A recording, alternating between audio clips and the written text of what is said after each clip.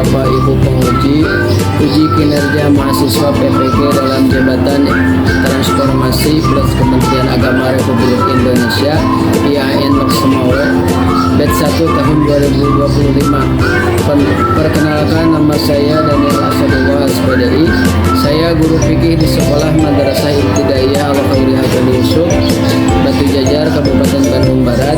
Saya adalah mahasiswa pendidikan profesi guru dalam jabatan Kementerian Agama Republik Indonesia batch 1 tahun 2025 di LPTK Institut Agama Islam Negeri Loksemawe dengan NIM 2024610943. Nomor peserta PPG 1861650075056. Pada hari ini tanggal 10 Mei 2025 saya akan melaksanakan praktik pembelajaran dalam rangka penilaian uji kinerja dengan menggunakan model pembelajaran TPK, Teknologi Pedagogical Content Knowledge, pada materi sholat duha, mata pelajaran fikih. Terima kasih. Mohon arahan bimbingannya. Selamat menyaksikan. Assalamualaikum warahmatullahi wabarakatuh.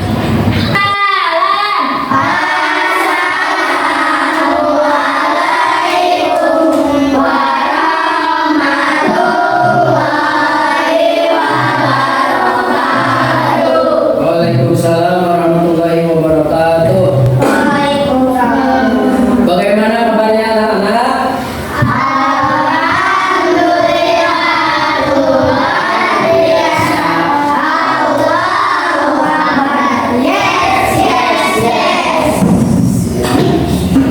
Sebelum belajar dimulai, kita alangkah baiknya baca doa dulu yang akan dipimpin oleh KM. Silakan KM.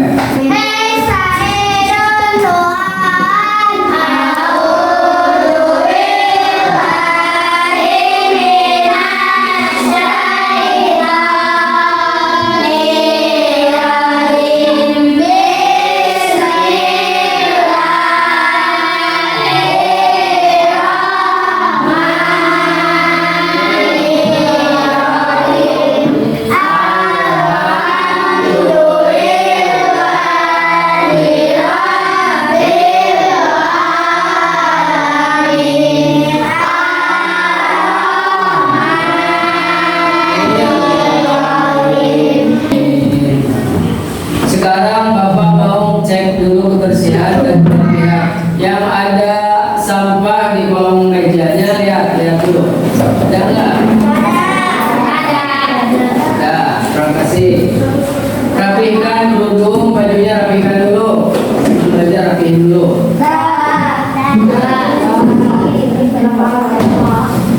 Sebelum belajar kita baca dulu surat-surat pendek dari Anas dulu. Bismillahirrahmanirrahim.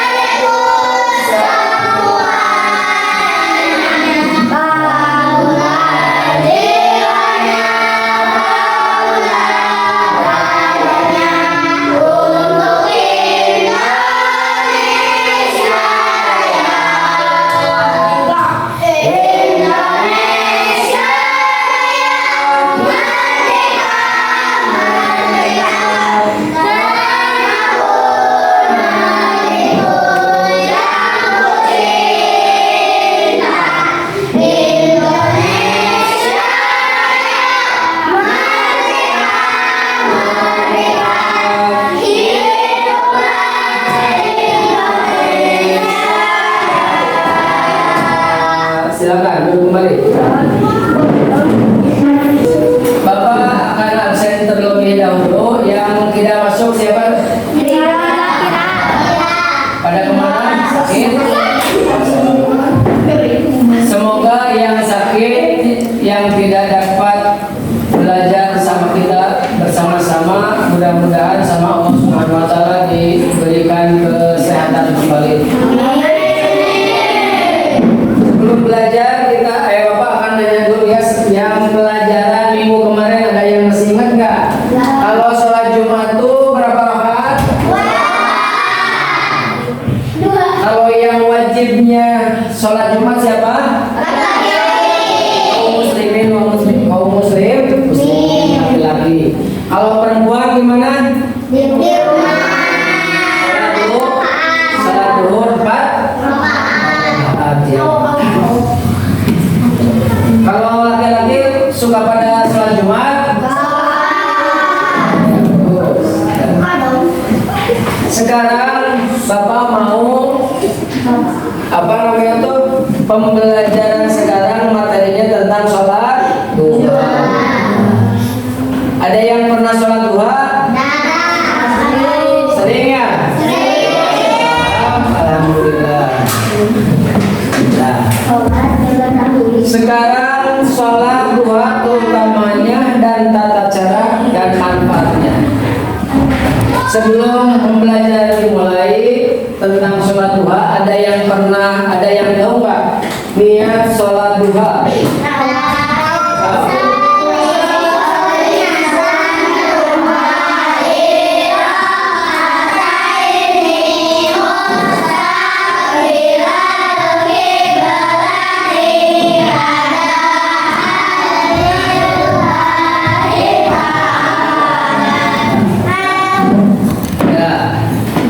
Dalam materi sekarang hari ini Bapak akan menyampaikan kepada kalian pengertian sholat duha, tata cara pelaksanaan sholat duha, terus keutamaan sholat duha, yang terakhir tips dan praktek sholat duha. Jadi nanti bakal ada praktek sholat duha ya. Nomor 1 pengertian sholat duha. Ada yang tahu nggak? Pengertiannya itu apa?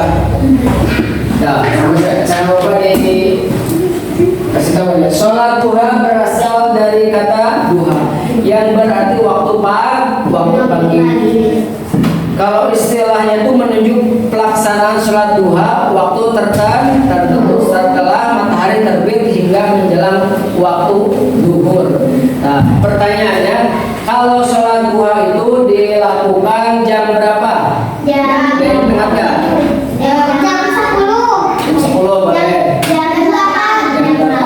Yang penting jangan pas mau waktu menjelang sholat duhur. Kalau jam asar jam 4 sore bisa nggak sholat duha? Tidak bisa.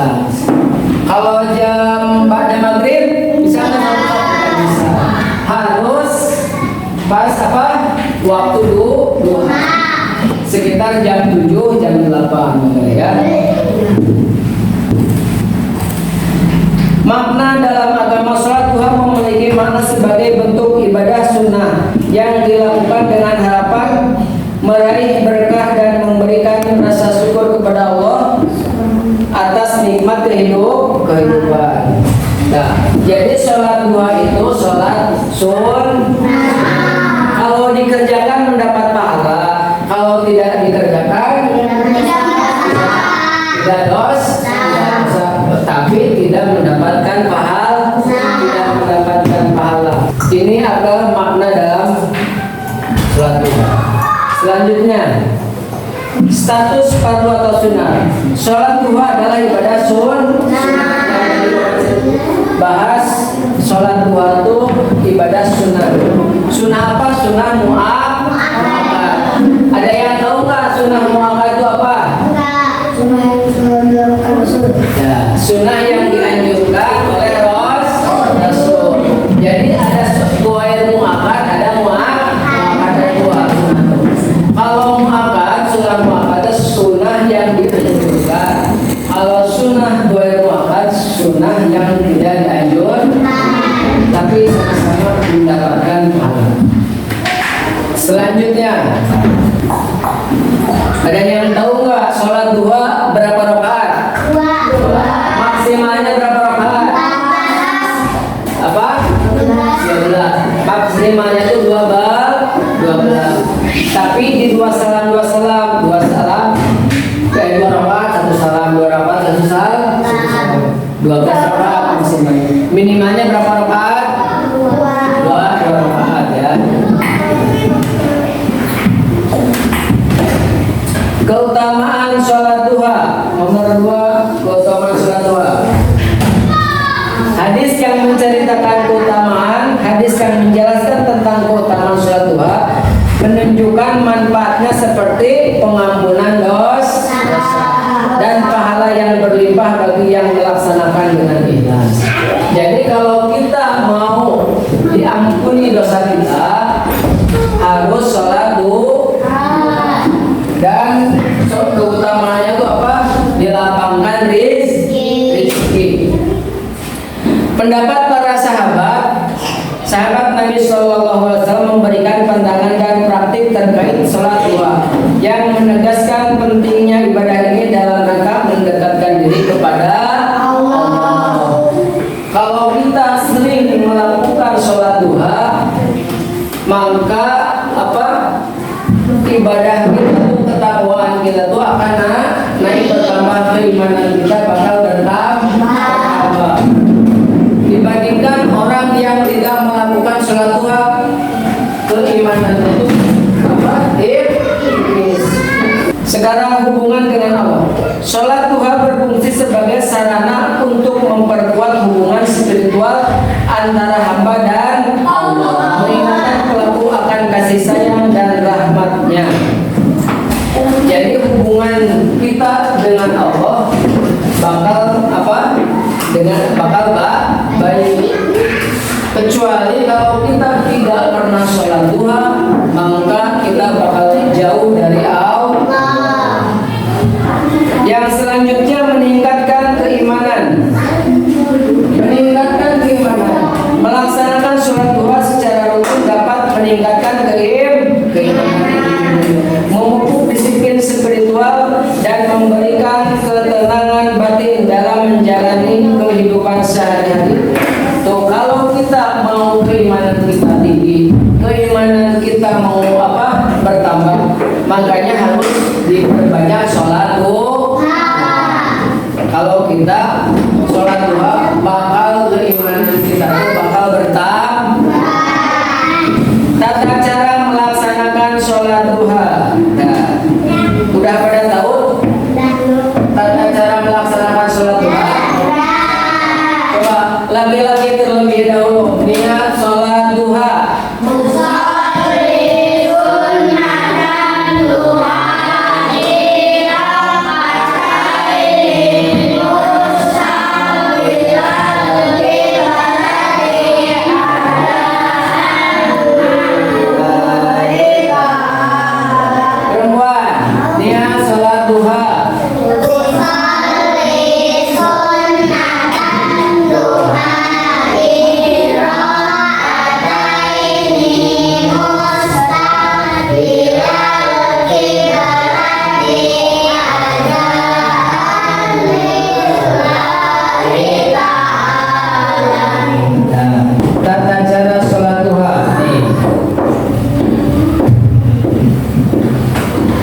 Sholat duha dianjurkan dilaksanakannya itu setelah matahari mulai tinggi di langit menjelang tengah hari.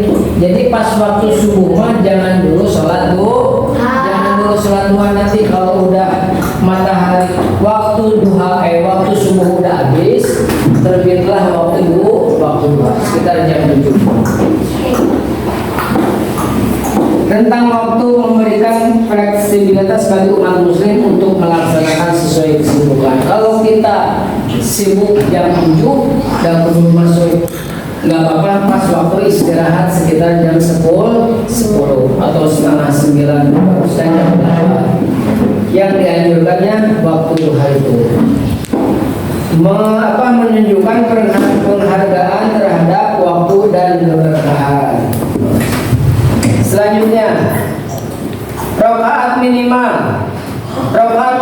yang dapat dilaksanakan dalam sholat duha adalah dua rakaat. Meskipun demikian, melaksanakan lebih dari 2 rakaat sangat dianjurkan untuk mendapatkan pahala yang lebih. Jadi kalau kita mau memperbanyak pahala lebih, berarti sholat duhanya tuh harus dilebihkan. Jangan cuma 2 rakaat, tapi 4 rakaat, 6 rakaat sampai 12 rakaat. Rakaat maksimal berapa rakaat? Yang tadi kata rakaat 12. Kalau sesudah Fatihah kita disunahkan membaca surat. Surat apa yang biasa dibaca? Saya baca Bismillahirrahmanirrahim.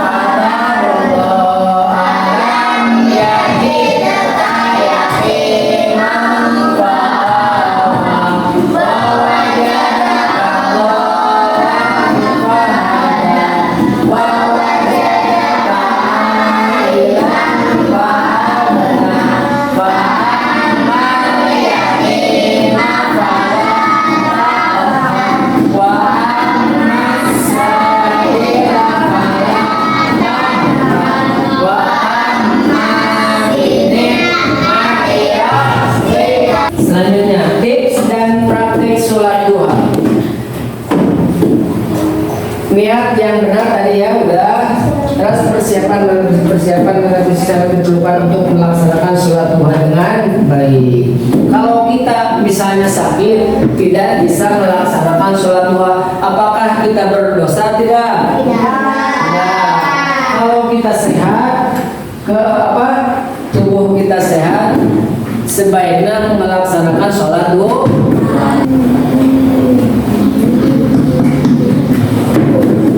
Sekarang Bapak mau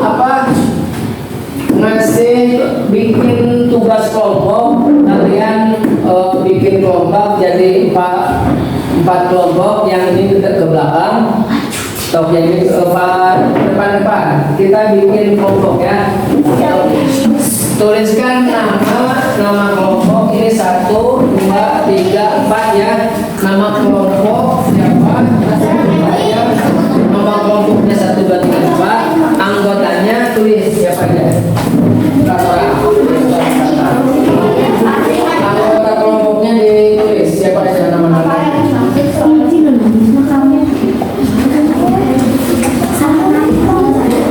Nomor 1. Apa yang dimaksud?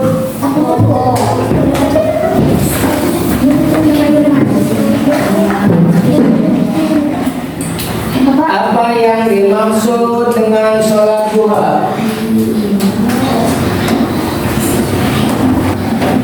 Udah belum? Udah ya? Udah, cepat. Nomor berapa? 3. Apa saja keutamaan dari sholat duha? Nah, apa saja keutamaan dari sholat duha? Apa keutamaan dari sholat duha? Jawab yang lainnya. Sudah belum? Yang mana yang belum?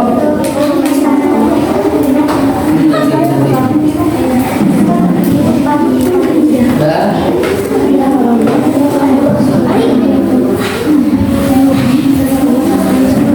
Satu lagi ya.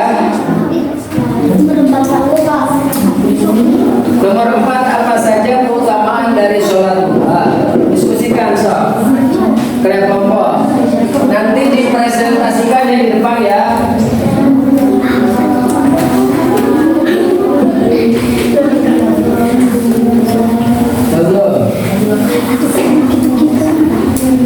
Ini kelompok 4 udah belum?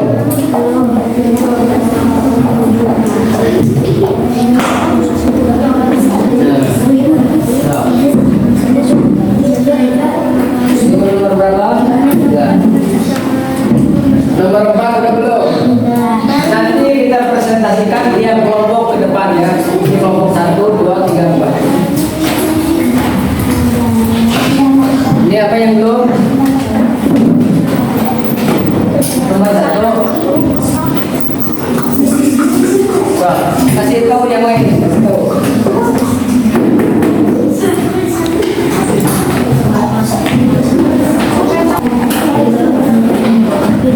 Nomor 3, kapan waktu pelaksanaan sholat duha? Kapan waktu pelaksanaan sholat duha yang paling utama? Kapan waktu sholat duha yang paling utama? Tadi sudah dijelaskan ya sebelum ini.